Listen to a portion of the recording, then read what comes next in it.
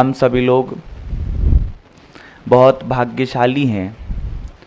आचार्य समंतभद्र स्वामी महाराज की इस अनुपम कृति को पढ़ रहे हैं। हमारे सामने रत्न करंडक श्रावकाचार्य ग्रंथ विराजमान हैं।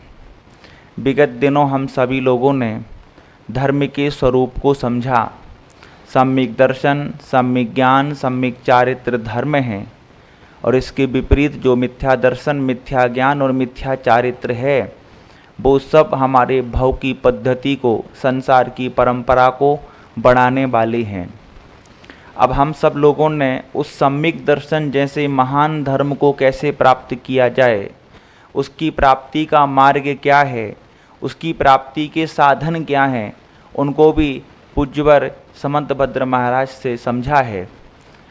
देव शास्त्र गुरु पर श्रद्धान करने से, अष्ट अंगों का पालन करने से और 3 मूर्ता और 8 मदों से रहित परिणाम रूप जो श्रद्धा है वो सम्यक दर्शन में कारण है।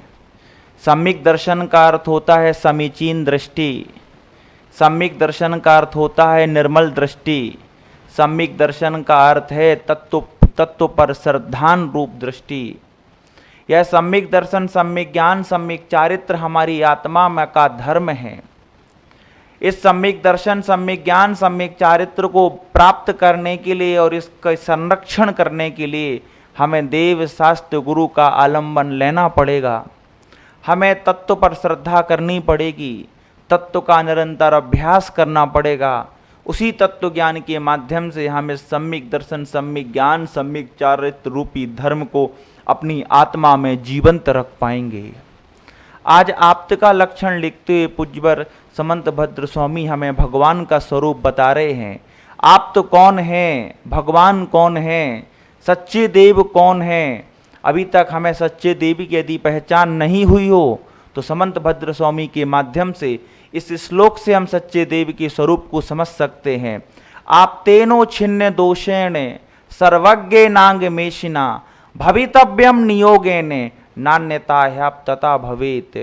पूज्यवर लिख रहे हैं, आप तेनो छिन्न दोषेण, जो समस्त प्रकार के दोषों से रहित हो गए हैं, जिनकी आत्मा में किसी भी प्रकार का दोष ना होने से जो सदैव के लिए निर्दोष हो गए हैं, जो प्रत्यक्ष ज्ञाता हैं, जिन्हें प्रत्यक्ष ज्ञान की प्राप्ति हो गई है, प्रत्यक्ष ज्ञान के माध्यम से जो सब कुछ जान रहे हैं, दुनिया में कोई भी जानने योग्य पदार्थ उनकी जानकारी से बाहर नहीं है, वो सब कुछ जान रहे हैं, ऐसी सर्वज्ञता उन्हें प्राप्त हो गई है।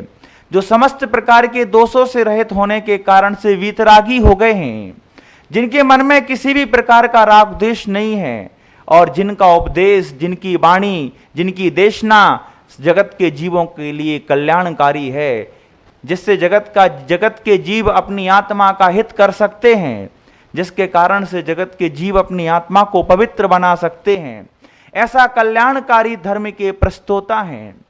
आप्त का लक्षण करते हुए, सच्चे देव का लक्षण बताते हुए उन्होंने कहा जो वीतरागी हैं, सर्वज्ञ हैं, हितोपदेशी हैं और 18 दोषों से रहित हैं, वही आप्त हैं। श्रावक के लिए तो एक आप्त का स्वरूप बता दिया, भगवान की पहचान करा दी, एक लक्षण हमारे सामने निर्धारित कर दिया। जो वीतरागी है, जो राग द्वेष नहीं करते हैं, जिनकी आत्मा में राग द्वेष परिणाम नहीं है, जिनकी राग द्वेष रूप परिणति नहीं है, जिनकी राग द्वेष रूप प्रवृत्ति नहीं है, सच्चे देव वही हैं। अब हमें विश्लेषण करना है, हम जिनको देव मान रहे हैं, हम जिनको भगवान मान रहे हैं, हम जिनकी पूजा कर रहे हैं, हम जिनका गुणानुवाद कर रहे हैं, क्या उनके अंदर वीतरागता है? क्या राग द्वेष उनके सदा के लिए छूट गए हैं? क्या उनके अंदर कोई दोष तो नहीं है? क्या उनके अंदर कोई क्रोध का दोष तो नहीं है? क्या उनके अंदर कोई छल कपट का परिणाम तो नहीं है? क्या वो बहुरूपिया तो नहीं है? क्या उनकी आत्मा में पवित्रता है? क्या उनकी विचारों में पवित्रता है? क्या उनकी आचरण में पवित्रता है? क्या उनका आदर्श व्यक्तित्व है? हम जिनकी पूजा कर रहे हैं, जिनको भगवान मान रहे हैं, जिनको देव माना है, क्या उनके अंदर वीतरागता का लक्षण है? कहीं वो राग द्वेष से मलिन तो नहीं है? कहीं उनके अंदर मोह का परिणाम तो नहीं है? क्या उनकी आत्मा में कसाय विद्यमान तो नहीं है? क्या उनकी आत्मा में कोई पाप तो नहीं बंधा हुआ है? क्या वो संसारी तो नहीं है? जब तक हम इस चीज का निर्णय नहीं करेंगे, जब तक इस चीज का विश्लेषण नहीं करेंगे, जब तक इन दोषों से रहित भगवान की पहचान नहीं करेंगे, तब तक हमारी आत्मा में सम्यक दर्शन प्रकट नहीं होगा। सच्चे देव पर श्रद्धान करना है, सच्चे देव के स्वरूप पर भी श्रद्धान करना है। आज पूज्यवर ने जो सच्चे देव का स्वरूप रखा है, इस स्वरूप को याद कर लो। जिसके अंदर ये लक्षण विद्यमान होंगे वही हमारा भगवान होगा। उन्हीं का हम गुणानुवाद करेंगे, उन्हीं के प्रति हम श्रद्धा रखेंगे, वही हमारे सम्यक दर्शन में कारण बनेंगे। ऐसे प्रत्यक्ष ज्ञाता हैं जो आप्त हैं, जिनके अंदर किसी प्रकार का दोष नहीं है, वो आप्त हैं। जिन्होंने सब कुछ जान लिया है, जो सर्व के ज्ञाता हैं, वो सर्वज्ञ हैं, वही आप्त हैं। जिनके अंदर कल्याण की भावना निहित है, अथवा जिनका उपदेश, जिनकी शिक्षा, जिनके द्वारा बताया हुआ मार्ग हमारे लिए कल्याणकारी बना दे, जो हमारे अनंत दुखों को दूर कर दे, जो हमारे संसार के परित्याग में कारण बन जाए, जो हमें उत्तम सुखों की प्राप्ति करा दे, सच्चे अर्थों में वही हितोपदेशी हैं, वही आप्त हैं। जिनकी उपदेश से हमारी आत्मा का हित हुआ, जिनके उपदेश के कारण से हमने हिंसा के मार्ग को त्याग करके अहिंसा के मार्ग पर चलना प्रारंभ किया, भगवान हितोपदेशी हैं।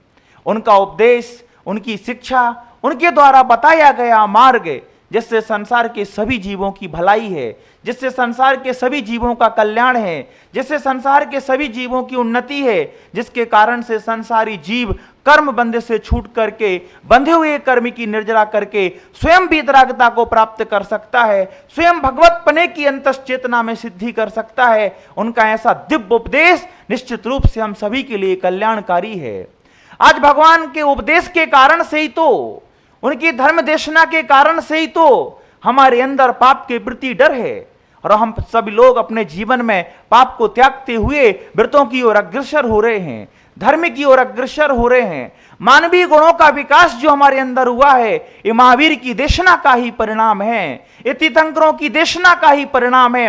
आज हम चारित्र की शुद्धि के मार्ग पर जो चल रहे हैं, आज हमारे अंदर जो भक्ष का विवेक है, आज हमारे अंदर जो जमीकंद खाने की जमीकंद को त्यागने की भावना है, ये सभी महावीर की देशना का परिणाम है। आज हम सबके अंदर सहिष्णुता का विकास हो रहा है। आज हम अपने जीवन को समता परिणामों के साथ जी रहे हैं।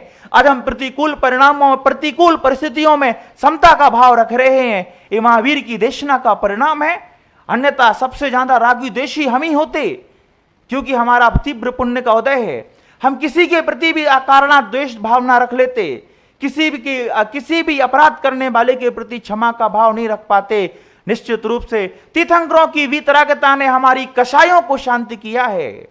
इसलिए ऐसे जीवन, ऐसे जीव को आदर्श बनाओ, ऐसे भगवान को आदर्श बनाओ, जिनके अंदर वीतरागता का गुण है, जिनके अंदर सर्वज्ञता है, जो सब कुछ जानते हैं, जो विषय हमारी इंद्रियों से अगोचर है, जो हमारी इंद्रियों की ज्ञान का विषय नहीं है, अथवा जो हमारी इंद्रियों का इतना हीन क्षयोप समय कि उन विषय को हम जान नहीं सकते हैं। आत्ममीमांसा में पूज्यवर ने लिखा है कि जो सूक्ष्म, अंतरित और दूरार्थ पदार्थों का ज्ञान जो ज्ञान कराने वाले हैं, जो इन पदार्थों को जानने वाले हैं, ऐसे प्रत्यक्ष दृष्टा सर्वज्ञ देव हैं, जो सब कुछ जानते हैं, जिनके ज्ञान में जो सब कुछ जानते हैं, जिनके ज्ञान में सब कुछ स्वयमेव झलकता है। ऐसी वीतरागता जहां पर हो, जहां हित के उपदेश की भावना हो, जहां हित का उपदेश हो, और जहां सर्वज्ञपना हो, जहां किसी भी प्रकार का दोष ना हो, वो सच्चे आराध्य है हमारे। हमें उनकी ही आराधना करना चाहिए, उनका ही हमें आराधक होना चाहिए। व्यवहार की दृष्टि से हम अपनी जो त्रुटियां हैं उनको दूर करें।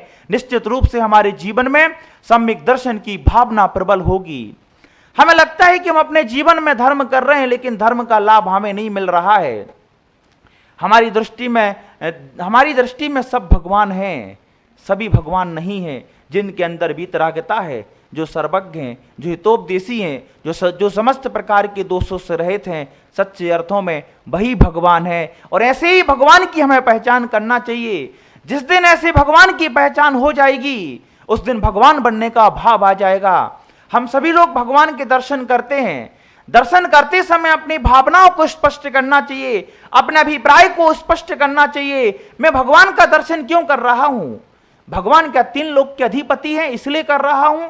क्या भगवान महाशक्तिशाली हैं इसलिए कर रहा हूं? मेरे जीवन के दुख दूर हो जाए इसलिए कर रहा हूं? क्या मुझे जीवन की सांसारिक संपदाओं की प्राप्ति हो इसलिए कर रहा हूं? भगवान का दर्शन हम डर से नहीं कर रहे हैं। भगवान का दर्शन हम आकांक्षा भाव से भर करके नहीं कर रहे हैं।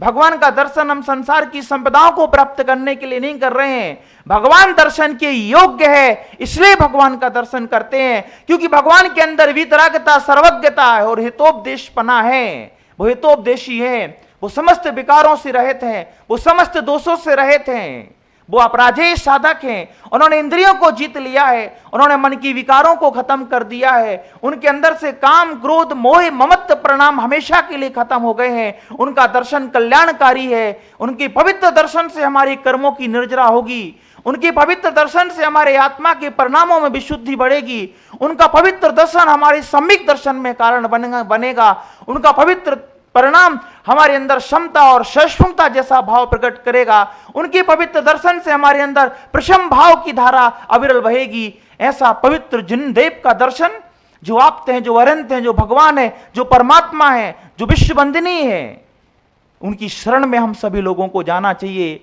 जिस दिन हम भगवान की पहचान कर लेंगे उस दिन हमारे अंदर सम्यक दर्शन का भाव प्रकट हो जाएगा। ऐसे सच्चे देवों के प्रति श्रद्धा रखनी है।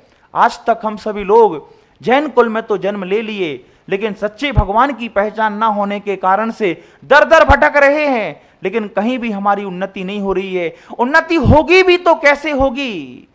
रागी देशी देवी देवताओं की आराधना करने से, जो अस्त्र शस्त्र से सुसज्जित हैं, इनकी आराधना करने से हमारे अंदर वितरागता का परिणाम नहीं आएगा। टीकाकारों ने क्या युक्ति से इस चीज को सिद्ध किया है? जिनके अंदर स्वयं राग देश की परिणति है, वो क्या खाक हमें वितरागी बना पाएंगे? जो खुद नहीं सब कुछ जान पाए हैं, वो क्या हमें सब कुछ जान करके बता पाएंगे? जो स्वयं का हित नहीं कर पा रहे हैं, वो कैसे हमारा हित की बात हमसे कहेंगे? इसलिए जिनके अंदर वो गुण विद्यमान है ही नहीं, उनकी आराधना करने से हम कैसे उनके गुणों को प्राप्त कर सकेंगे? सबसे पहला पुरुषार्थ, सबसे सीधी बात, सबसे सच्ची बात, मैं लाख बात की एक बात आप सभी लोगों के सामने रख रहा हूं।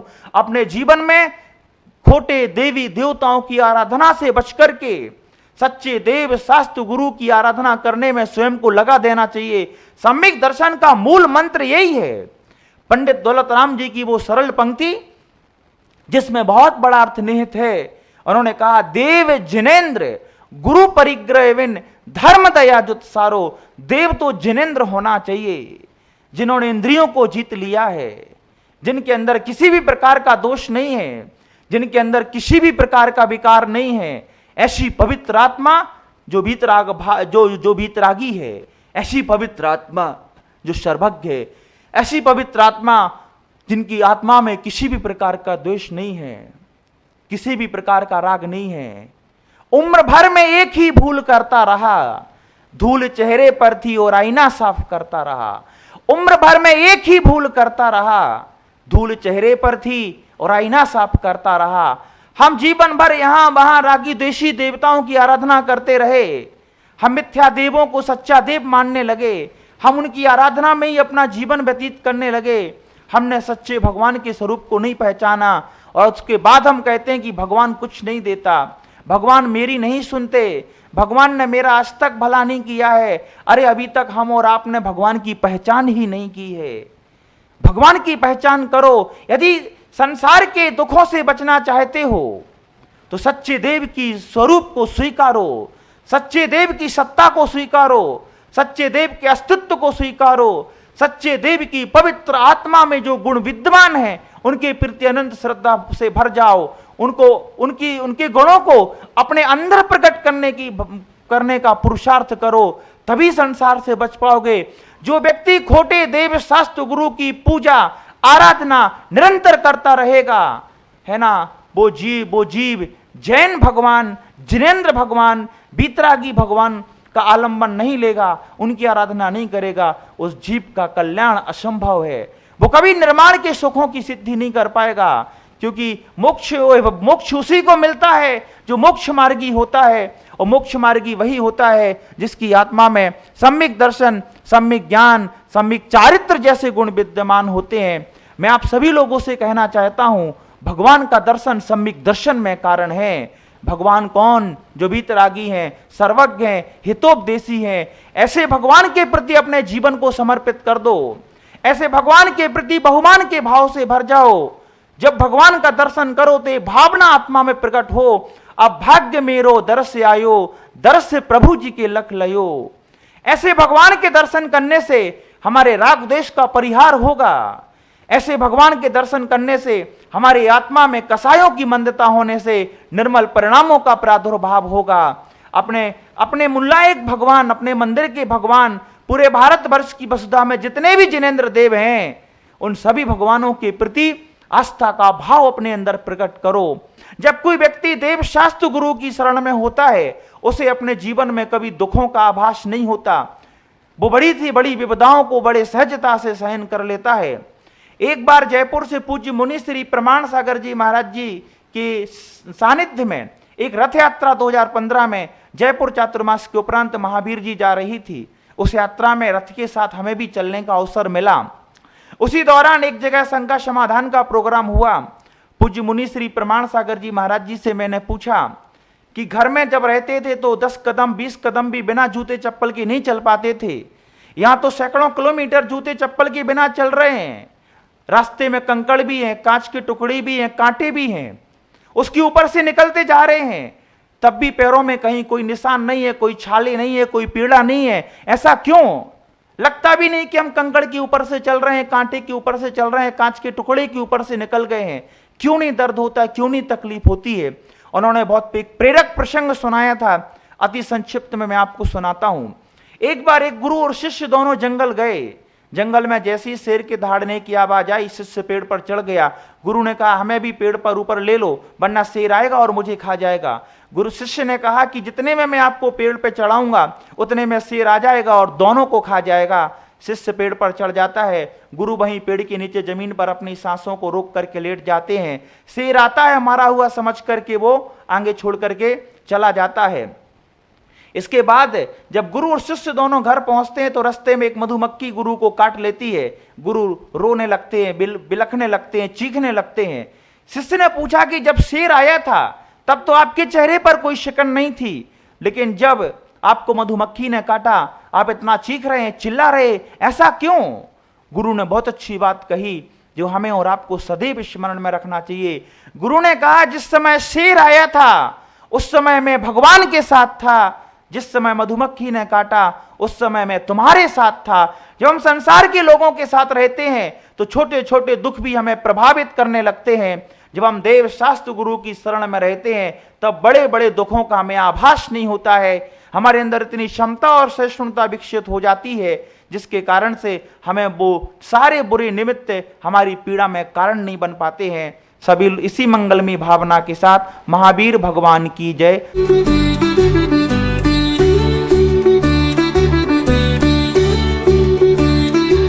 कभी आपने सोचा है